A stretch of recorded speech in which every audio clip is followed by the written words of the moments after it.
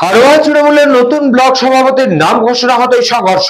ফের তৃণমূলের গোষ্ঠীদ্বন্দ্ব প্রকাশ্যে। বসিরহাটে তৃণমূলের হারোয়া 2 নম্বর ব্লকের নতুন সভাপতি সিরাজুল ইসলামের নাম ঘোষণা হতেই হারোয়া থানার সোনাপুকুর শঙ্করপুর গ্রাম পঞ্চায়েতের কালিয়ানি গ্রামে নাসিরউদ্দিন মোল্লার বাড়িতে হামলা।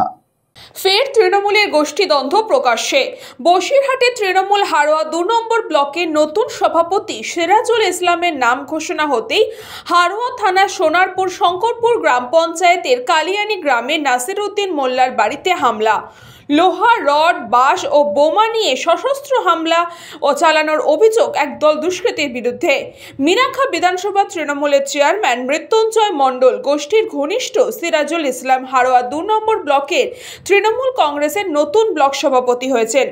নাম ঘোষণা হতেই এদিন সিরাজুলের অনুগামীরা তৃণমূল কর্মী নাসিরউদ্দিন মোল্লার বাড়িতে গিয়ে হামলা চালায়।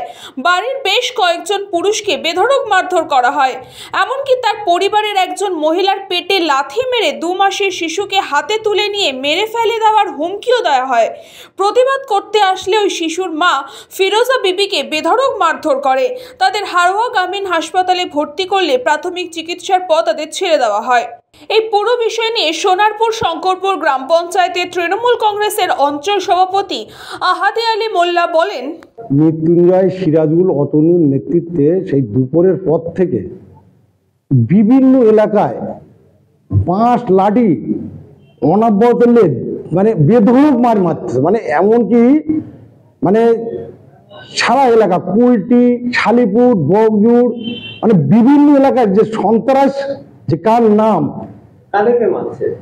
আমাদের তৃণমূলের একেবারে একনিষ্ঠ কর্মী যারা আছে তাদেরকে বেধড়ক মার, মানে আপনারা জানি না কত রকম, অনেকে ভয়তে বেরোচ্ছে না।